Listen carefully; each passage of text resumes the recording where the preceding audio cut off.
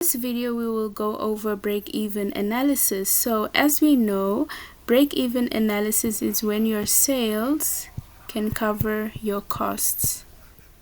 Alright, so this means that you will not make a profit and you will not make a loss. So this just means that everything that you have will be enough to cover your costs. Okay, so your costs will be covered. So what is the formula for break-even analysis? So this one, we are required to do your break-even in units.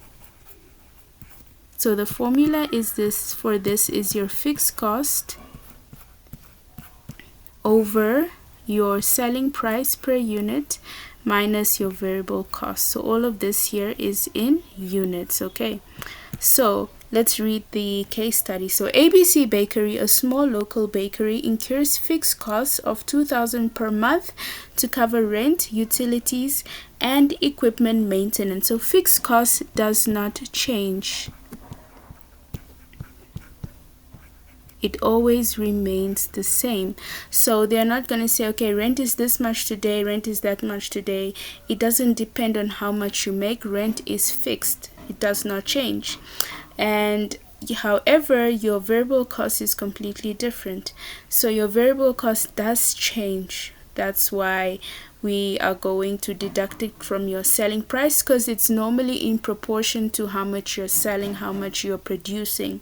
So each loaf of bread, it sells, incurs variable costs of $1.50, and it sells each loaf for $4. Alright, so let's put this into the formula. So your fixed cost, according to the study, is $2,000, and your selling price is $4. So this is how much customers buy our loaf of bread for, and how much it takes for us to produce this loaf of bread is $1.50.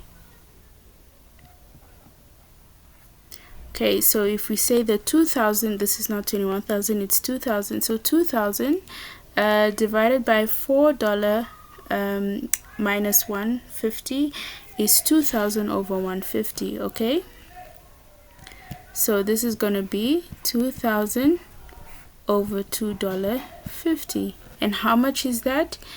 It's 800 units. So this means we need to sell 800 loaves of bread